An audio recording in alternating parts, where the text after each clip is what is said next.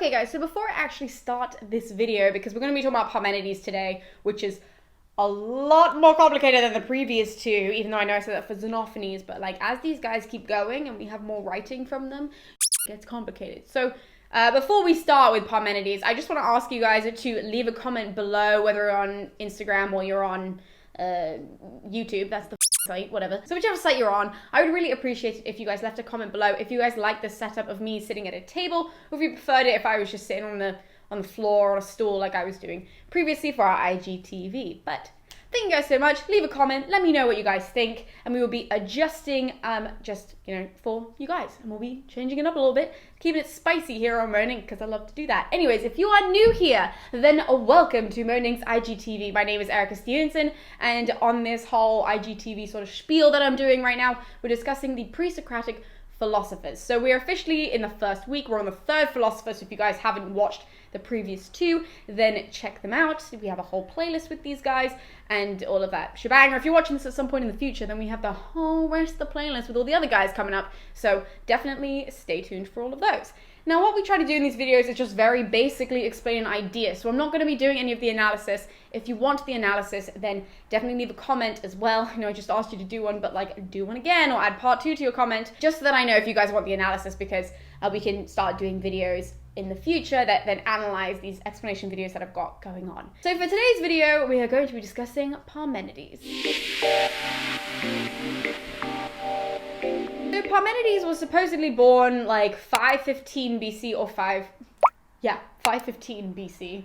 Why did it just sound like I said something weird in my head? Either way. So he was probably born around 515 BC, or he was born like 510-ish BC. And we actually know this from Plato. So before this, we haven't had any writings from Plato or Socrates. Well, we don't have any writings from Socrates, but we mostly had references from other old guys. Whereas now we suddenly have Plato's the one who tells us when Parmenides was born, because supposedly Parmenides met Socrates. But obviously we don't have this written down, so it's always a supposedly, and you need to always write that down if you want to say something. Never say something. In fact, if I read anywhere, so Parmenides and Socrates were friends, we don't know, just say supposedly, according to a source, according to Plato, they were friends, right? So that's how we get that date, either way. Now, not only was he friends with Socrates, but we know from Diogenes, how do you say that name? No one has corrected me yet, but I'm 90% sure it's Diogenes or Diogenes. Someone Greek correct me. Either way, he supposedly says that Parmenides was actually friends, well, a student of even, and hung out with Xenophanes, who we discussed yesterday. So supposedly he was taught by him, even though, and he does talk about God, but he talks about it in much more of a moral sense rather than Xenophanes, who is breaking down what God was. We now have Parmenides, who puts into place more so the purpose of religion and that whole argument. It also explains why he wrote a poem, and not just wrote, because Xenophanes wrote a poem, he then writes a poem, and so they work really nicely together. So we got another dude who's writing poetry about God. Sick. So the poem is actually split into two parts, and understanding how these two parts work together is something that is pieced together in so many different ways by different people, but the basic way of understanding it is he discusses two ideas in the poem. And the first idea is the way of truth, and the second idea is the way of seeming. Okay. We're going to break those down, but those are the two basic ideas that he discusses in the poem. Now, the poem itself, it's about, clearly we think it's from him moving. I just said clearly we think.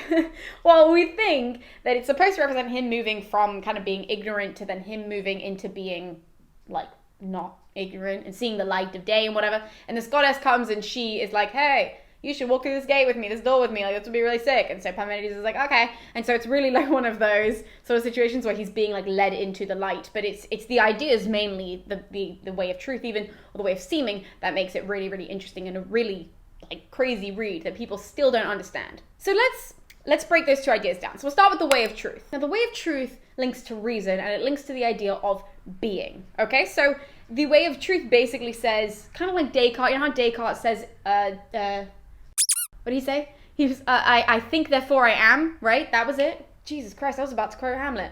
But, because he says something like that, he's more about being. And that's essentially what the way of truth is that there's something is or it isn't. That's it. It's true or it's not. It's being, it's not. It's very black and white, okay? And the way of seeming is sort of the third option in the middle. So the way of seeming in the middle, that's the gray area, okay? So you've got the way of truth, which is black and white, and then the way of seeming, which exists in the middle.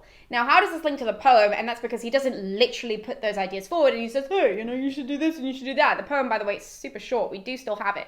But we actually hear this from the goddess, because the goddess basically says, look, things are the way that they are, or they're not the way that they are. But then mortals, us, right, me and you, we exist in the middle. So it doesn't really matter if things are or if they aren't, it's just the way that they seem. And the way that things seem is based on contraries, and that's the way that we exist. So we don't know, I don't know necessarily if that tree is being or not, but it doesn't really matter to me because it's there and I can see it. That sort of very basically, I just completely simplified that to a level that academics are going to think is really offensive, but basically that's how the middle sort of works, is that the tree could or it could not be there.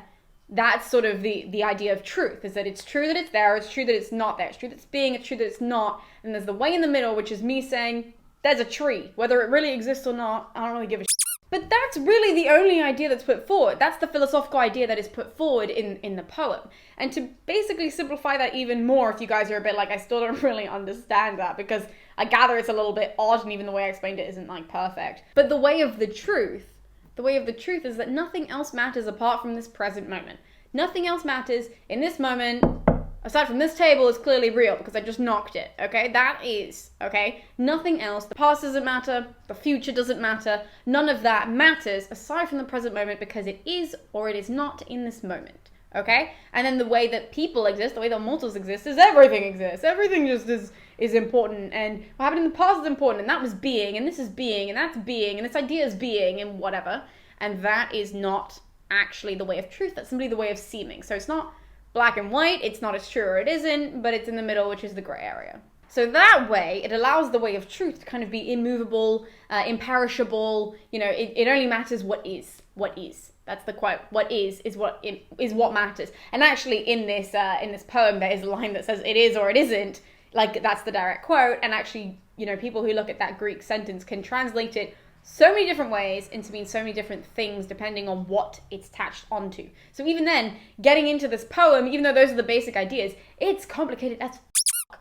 And even then, we get led on to even with with the ways of truth and the way of seeming, you're then attached onto as well, then you have the object of reason and the object of sense. So those are all then two of them, are then subcategories of the ways of seeming and the ways of truth. However, obviously there's a however because we're talking about philosophy. However, the way of truth then excludes the objects of sense, and the way of seeming then excludes the objects of reason. It gets really complicated, kind of, like that whole shebang. But the way that I would, and I know that I'm trying really hard not to analyze this and just give you the basic idea, but I would say that the main thing to remember about Parmenides, if you want to remember him and you want to say something smart, if you see Parmenides, remember that he wrote a poem where a goddess leads him into the light of understanding, and this involves the ways of truth and the way of seeming, and understanding that there is a way of truth and there is a way of seeming, which is the way that we exist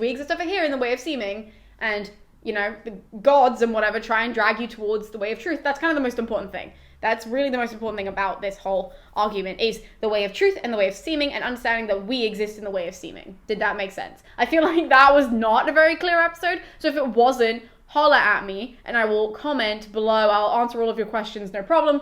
And if you want to know the analysis, because the analysis actually does help you understand the ideas. When people argue against it, then you see all the holes in it and you kind of understand what they're talking about.